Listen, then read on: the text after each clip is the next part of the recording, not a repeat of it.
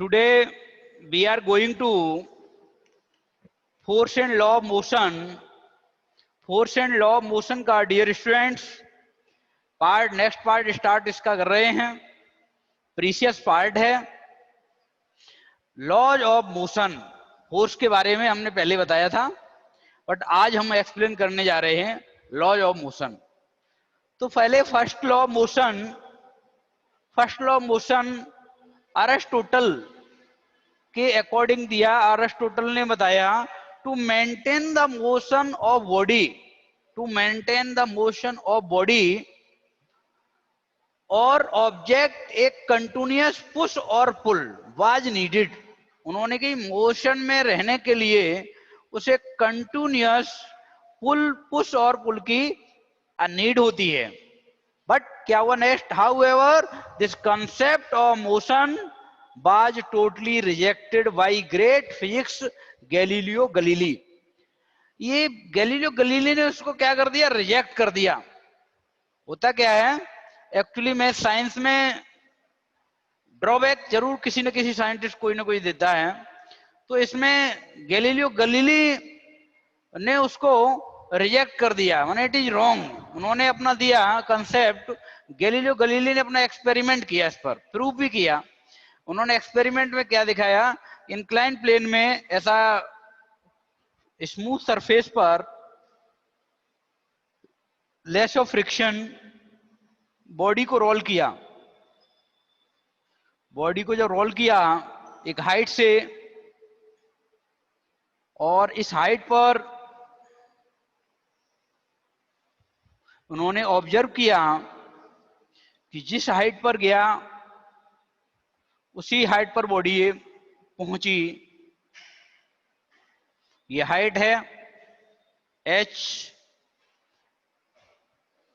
Next उन्होंने इसी को इंक्लाइन को और टर्न किया, उसी बॉडी को उसी हाइट से रेज किया।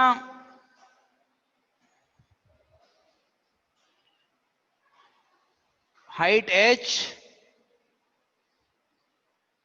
ऑब्जर्व किया कि उसे इंक्रीज हुई, उसकी डिस्टेंस में इंक्रीज हुई। नेक्स्ट बी सी पोजीशन पर हॉरिजेंटली उन्होंने कर दिया। हॉरिजेंटली में ऑब्जर्व किया body continuously moving h height पर। तो इससे उन्होंने क्या ऑब्जर्व किया? इस एक्सपेरिमेंट से ऑब्जर्व किया the principle when unbalance force act on the body, unbalanced force act on the body at rest, then it continues continuous in the state of rest. He believed this fact by the following experiment. उन्होंने ये बताया कि unbalance जब इस पे force applied होता है तो ये क्या करती है? बॉडी ये कंटिन्यूअसली मूव करती है।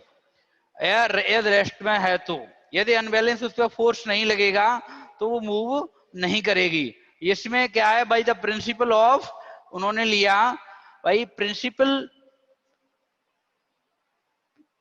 Principal of inertia. By principle of inertia उन्होंने लिया। तो बाय प्रिंसिपल ऑफ इनर्शिया में उन्होंने देखा गैलीलियो गलीली ने कि by unbalance force, no unbalance force act on the body at और रेस्ट। यदि उसमें अनबैलेंस फोर्स नहीं लग रहा है तो वो रेस्ट में रहेगी, बट अनबैलेंस फोर्स लग रहा है तो क्या करेगी? वो कंटिन्यूअसली मूविंग करेगी। जब तक उस पर अनबैलेंस फोर्स न लगाया जाए तब तक वो रेस्ट में नहीं आएगी। और इस एक्सपेरिमेंट को हेल्प से न्यूटन्स ने अपने लॉ दिए हैं, उन्हीं के नाम पर जाने जाते हैं, न्यूटन्स लॉ। तो न्यूटन्स लॉ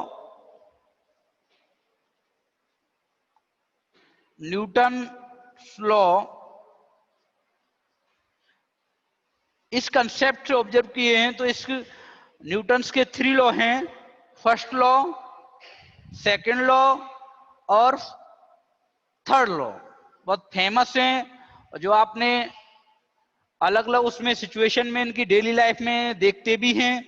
तो आज हम विद एग्जांपल के इनके न्यूटन्स लॉ को देखेंगे। तो न्यूटन्स लॉ, इसमें first law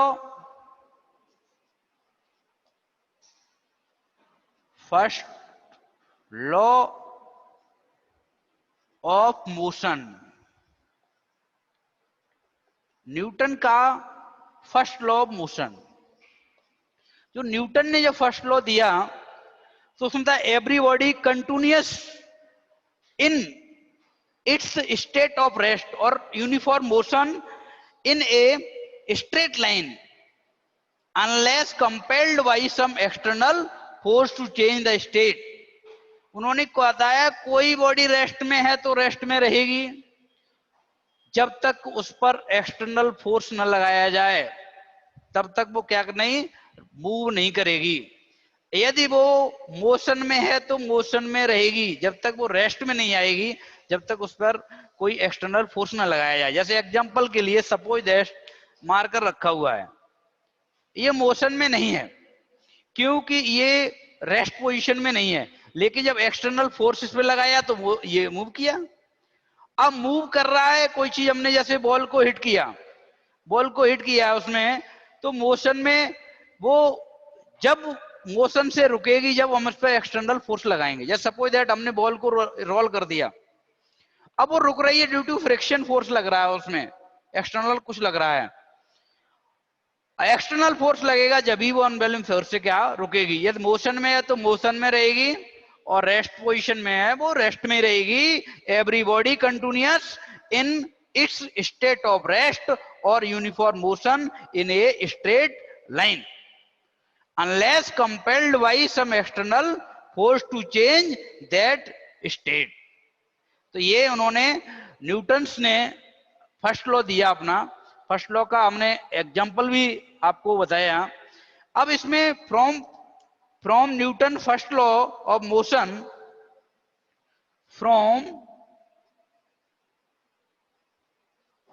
from Newton first law of motion, from Newton first law of motion से उन्होंने क्या ऑब्जर्व किया, it is clear that the body is unable to change its state और rest और motion, unable to change its state और rest और motion by itself. This property is known as inertia. उन्होंने observe किया inertia. अब ये inertia क्या, कहां से निकल के आ गई? अब इनर्शिया के रीजन से बॉडी रेस्ट में है, निकल के आया इनर्शिया के रीजन से बॉडी रेस्ट में है। अब इनर्शिया क्या है? The tendency of a body oppose or rest any change in its motion. देखी the tendency of a body to oppose or resist any change in its motion, state of rest or uniform motion is called inertia। तो क्या करती है rest के लिए? देखो, तो inertia जो होती है, इसी को फर्स्ट लॉ को लॉ ऑफ इनर्शिया के नाम से भी जाना जाता है। तो इनर्शिया ये 3 टाइप की होती है। Number first, inertia of rest। Second, inertia of motion। inertia of direction। ये सब एप्लीकेशन मान लीजिए एक तरीके के इसमें देखने दिखाई देंगे फर्स्ट लॉ में। जैसे सबसे पहले ही आया इनर्शिया ऑफ रेस्ट, इसका कई एग्जांपल हम आपको दिखाएंगे, देखा भी होगा ऑब्जर्व आपने। सपोज दैट जो आपने प्लांट देखे हैं पौधे पर, ये बहुत फेमस न्यूटन का ऑब्जर्व किया हुआ क्वेश्चन था। ट्री है, ट्री पर फ्रूट लगा हुआ है या लीफ लगी हुई, लीफ सडनली ये हवा चलना स्टार्ट हुई, रेस्ट में था प्लांट, लीफ भी रेस्ट में थी, उसके फ्रूट भी लटक रहा है इस पर, वो भी रेस्ट में था, बट प्लांट क्या हुआ, मोशन में आया। तो फ्रूट तो रेस्ट में है, फ्रूट वहीं गिर गया। कभी कभी लाइट लीफ भी गिर जाती हैं, तो due to inertia of rest. ऐसा ही एक और एग्जांपल आपको दे रहे हैं इनर्शिया ऑफ रेस्ट का। जैसे कारपेट सभी के घरों में होती चादरा, तो उस चादरे पर आपने देखा है कि आपने लिया और ऐसे हिलाया, डस्ट पार्टिकल वहीं गिर गए, उसका inertia of rest.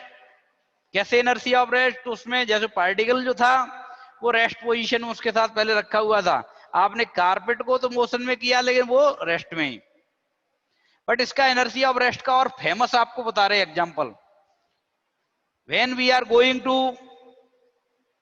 In a bus, एक बस में हम कहीं जाते हैं, जा रहे हैं, जब बस स्टॉप पोजीशन में है, मतलब खड़ी है, रेस्ट है ना, तो खड़ी है, ऐसा तो नहीं चलते समय बैठ जाए हम, बस खड़ी हुई है और हम बैठे हैं गाड़ी में, बैठ गए गाड़ी में, बस में, तो बस जैसे ही स्टार्ट की, तो स्टार्ट की जैसे हमारी पोजीशन ये है और हम बस में बैठ गए सीट पर, ये सीट है, तो हमारी बॉडी उस समय रेस्ट में आ गई। लेकिन जैसे ही गाड़ी स्टार्ट हुई तो नीचे वाला पोर्शन देखो, ये नीचे वाला पोर्शन मोशन में आया और हमारा ऊपर वाला पोर्शन पीछे की तरफ देखो बेंड हो गया, मतलब पीछे की तरफ बेंड। तो जो पीछे की तरफ बेंड हुआ due to inertia of rest, क्योंकि उसका रीजन ये हुआ, हमारी बॉडी जो है गाड़ी के कांटेक्ट में थी, उसमें हमारी पूरी बॉडी रेस्ट में थी, लेकिन नीचे वाला पार्ट तो हमारा मोशन में आ गया, लेकिन ऊपर वाला पार्ट जो है रेस्ट में ही है, इसलिए बेंट हो गया। और भी इनर्शिया ऑफ रेस्ट के हम आपको एग्जांपल बता रहे हैं, ध्यान दीजिए। जैसे आपने कैरम बोर्ड खेलते हो, कैरम बोर्ड आपने देखा होगा, उस पर इस टाइप से, suppose that this is carrom board, और इस कैरम बोर्ड पर ये कॉइन गोटी रखी हुई है और आपने हिट किया, ऐसे हिट किया तो नीचे से निकल गई, बाकी उसी पर गोटी आ गई due to inertia of rest. Another example tumbler का बता रहे हैं। जैसे आपने एक टम्बलर लिया, इधर देखिए, टम्बलर लिया और इस टम्बलर पर एक कार्डबोर्ड आपने गिलास का लिया है, एनसीईआरटी बुक में भी ये आपको देखने को एग्जांपल, ये एक्सपेरिमेंट मिलेंगे, घर पर भी कर सकते हो। आपने एक कॉइन रख दिया, इसके ऊपर कॉइन रख दिया, इसको हिट किया, हिट किया तो आपने देखा कि ये जो कॉइन था वो इस टम्बलर में गिर गया, कॉइन इसमें आ गया, कॉइन इसमें आया। अब रीजन क्या हुआ, ये कॉइन इसके अंदर आ गया, कार्डबोर्ड अलग हो गया due to inertia of rest. कैसे, जब आपने इसको हिट किया तो इसमें कार्डबोर्ड की एरिया जो घेरे हुए उसकी इनर्शिया कम है, जब इनर्शिया उसकी कम है तो रीजन क्या हुआ, उस कॉइन की इनर्शिया ज्यादा है, जिसे हिट किया वो कॉइन उसी में ड्रॉप हो गया, इनर्शिया ऑफ रेस्ट। तो हमने कई एग्जांपल दिया, लीफ का एग्जांपल दिया, कारपेट का एग्जांपल दिया आपको, और कैरम बोर्ड का एग्जांपल दिया, आपका टम्बलर का एग्जांपल दिया। अब नेक्स्ट देखेंगे इनर्शिया ऑफ मोशन। ये तो आपके इनर्शिया ऑफ रेस्ट के एग्जांपल थे। Inertia of motion, inertia of motion का डियर स्टूडेंट इसी के जस्ट अपोजिट हम बता रहे हैं आपको।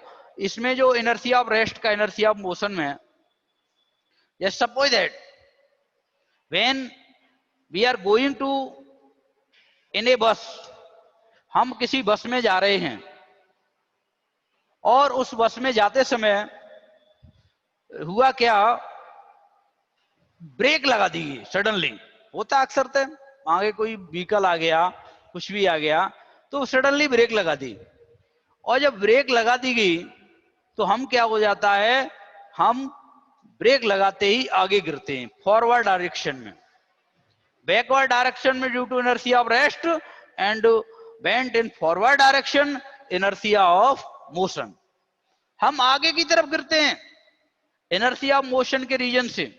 कैसे, जैसे हमने एग्जांपल के लिए पेन ले लिया, देखो मार्कर है ये, तो इस मार्कर को हम एक ट्रेवल करा रहे हैं और सडनली हम नीचे से ब्रेक लगा दिए तो ये कंडीशन हो जाएगी, आगे तरफ हो जाएगी। इसी के इनर्शिया मोशन से सेफ रहने के लिए सीट बेल्ट का यूज करते हैं।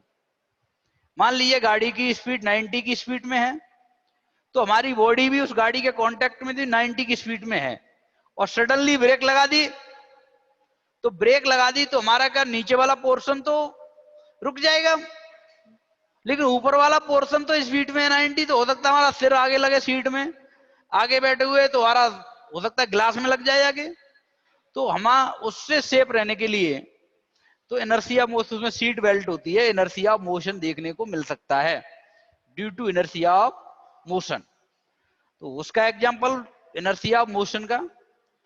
नेक्स्ट है inertia of direction.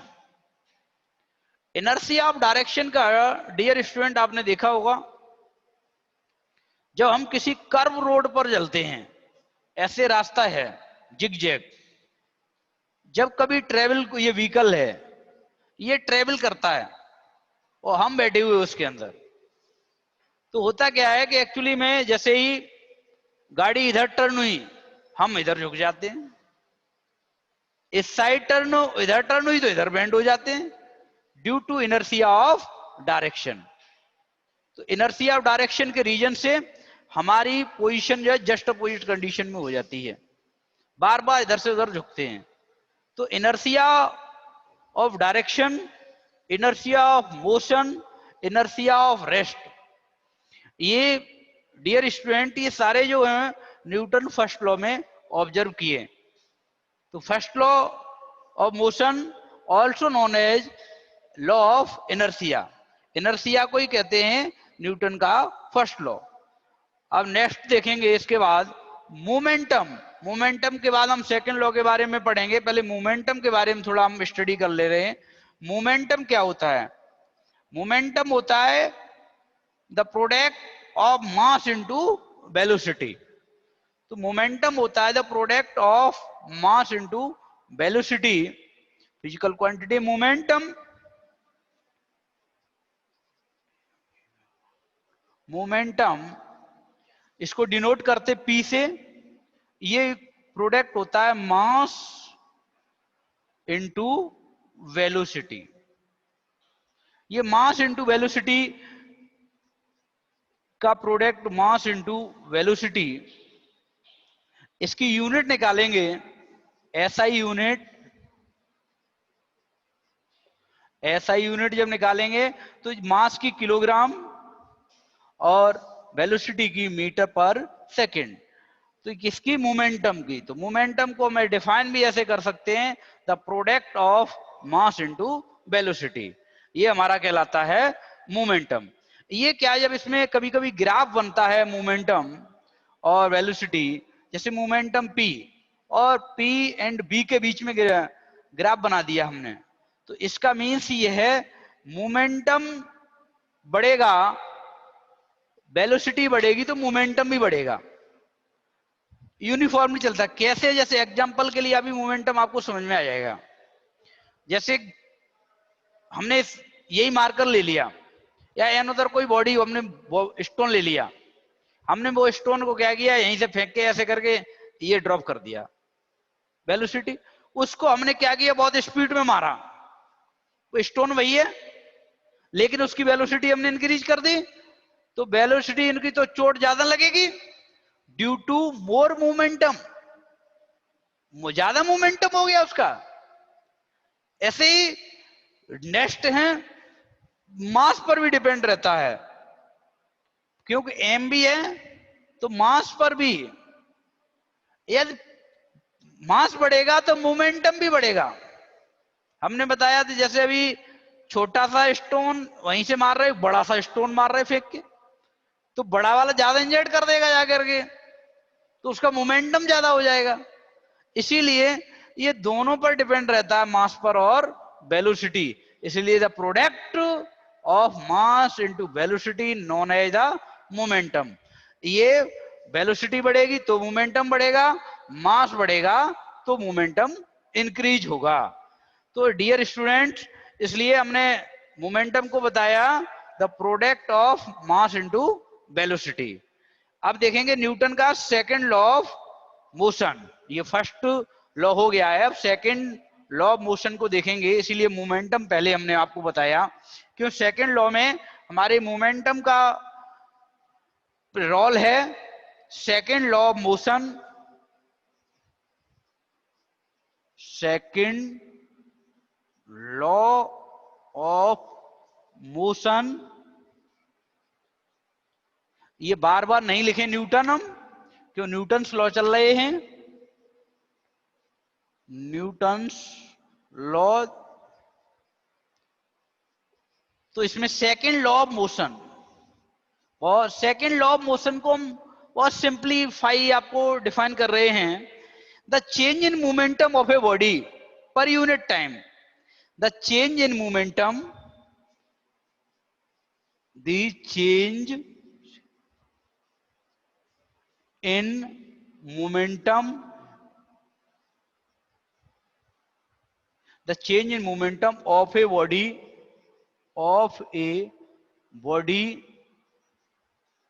per unit time,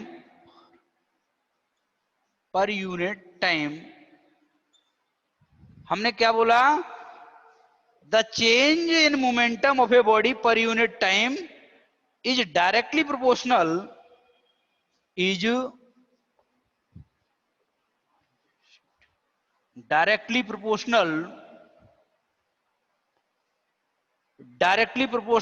to the unbalanced force acting on a body. Directly proportional to unbalanced force acting on the body. तो acting on the body, change in momentum. तो change in momentum, suppose that कोई body है, suppose that body ये m है, उसका मास m है, और वो चेंज इन मोमेंटम मतलब उससे यहां से इस पर फोर्स एक F लगाया गया है, और इसका इनिशियल वेलोसिटी u है। यहां से अटेन किया उसने, इस जगह पर आ गया, मास तो वही रहेगा, इसमें मास पर इसकी वेलोसिटी हो गई यहां पर फाइनल वेलोसिटी v, और फाइनल वेलोसिटी v हो गई। यहां से इसका टाइम 0 था, लेकिन यहां टाइम इसने t अटेन कर लिया। तो यहां पर अभी बोला मैंने, the change in momentum of a body per unit time is directly proportional to the applied unbalance force act on the body. इसमें देखेंगे तो ये आपका निकल के आ गया F proportional M B1 MB minus MU upon T। उसका रीजन ये हुआ कि इसमें ऐसे भी लिख सकते A proportional M B minus U upon T। ये हमारा यही हमने अभी लिखाया है। देखो, चेंज इन मोमेंटम, ये तो हमारा इनिशियल मोमेंटम था, और इधर ये फाइनल मोमेंटम। तो इसमें इनिशियल मोमेंटम और ये फाइनल मोमेंटम हमने यहां पर देखा, और ये डायरेक्टली प्रोपोर्शनल के किसके है, change in momentum, the rate change in momentum, the rate change in momentum. इसी को कहते हैं हम न्यूटन का सेकंड लॉ। अब इसको सेकंड लॉ को मैथमेटिकल हम देखते हैं। एक बार फिर देखिए, the change in momentum of a body per unit time is directly proportional to the applied force. अब इसको हमने इसमें उसको स्मॉल ड्राइव किया था, लेकिन मैथमेटिकल इसको देखेंगे। तो मैथमेटिकल में इस पर ध्यान देंगे, बहुत अच्छा है, डेरिवेशन आता है ये इसका। तो mathematical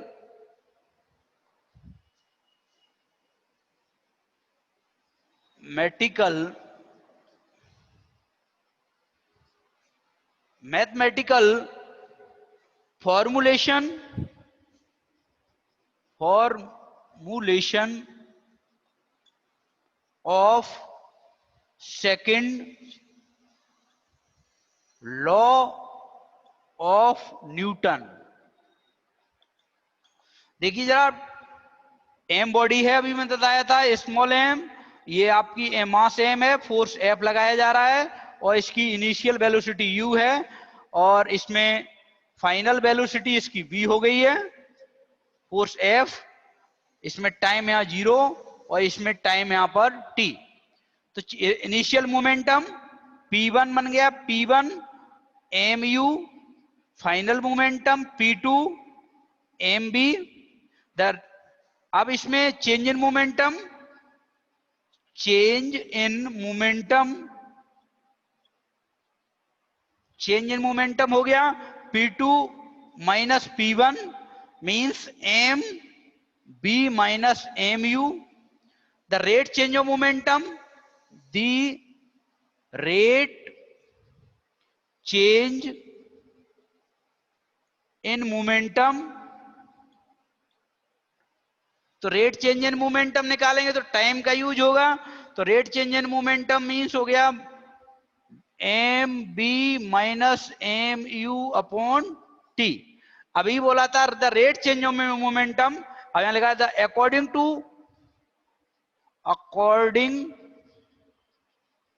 to second law of Newton. Second law of Newton क्या है? A proportional M B minus M U upon T. इसमें क्या है? The rate of according to second law of Newton, the rate change of momentum is directly proportional to the applied force. इसमें F proportional M को बाहर कर दिया, v minus you upon T. अब यहां लिखो फ्रॉम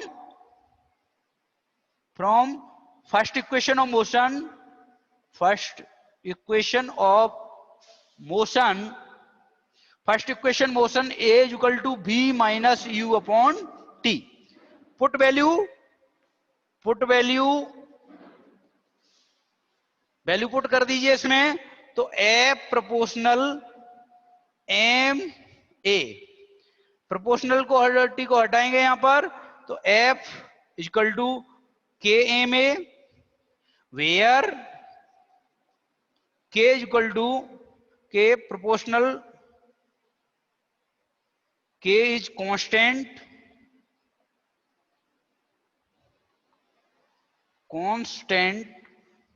फॉर प्रोपोर्शनलिटी,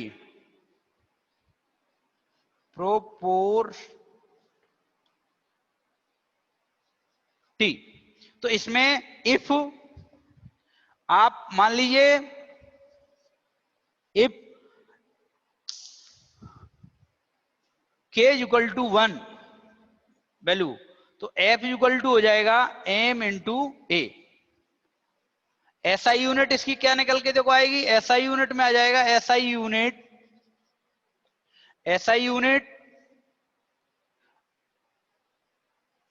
F मास का kilogram और इसका मीटर पर सेकंड स्क्वायर। आप इसमें और करके इसकी है, न्यूटन ने किया तो न्यूटन, SI यूनिट इसकी न्यूटन भी है। एक बार रिपीट कर रहे हैं डियर स्टूडेंट, फिर देखिए कोई बॉडी है कंसीडर, m मूविंग कर रही है F फोर्स पर, टाइम t ले रही है। नेक्स्ट इसमें initial momentum u, final momentum mb, change in momentum p2 minus p1, the rate change of momentum time ले लिया, the rate change of momentum directly proportional to the applied force F b minus u t upon t equal to एक equivalent है from first equation of motion. इधर देखेंगे F equal to proportional m into A और F equal to के में, क्योंकि इसको proportionality को हटाया है, कांस्टेंट है, और इफ k इक्वल टू 1 है यूनिट में तो F equal to m into A, और SI यूनिट हो गई इसकी किलोग्राम पर मीटर पर सेकंड स्क्वायर, और न्यूटन भी बोलते हैं इसकी SI यूनिट को। तो आज हमने न्यूटन का फर्स्ट लॉ एंड न्यूटन का second law dear student explain किए। सेकंड लॉ पर न्यूमेरिकल्स भी आते हैं, इसका ध्यान रखेंगे और कल इसके न्यूमेरिकल कराएंगे। लेकिन जितना भी हमने कराया साथ साथ अपना नोट्स भी बनाएंगे, ये एनसीईआरटी में भी आपको मिलेगा। तो आज के लिए बस इतना ही, नेक्स्ट देखेंगे। ओके।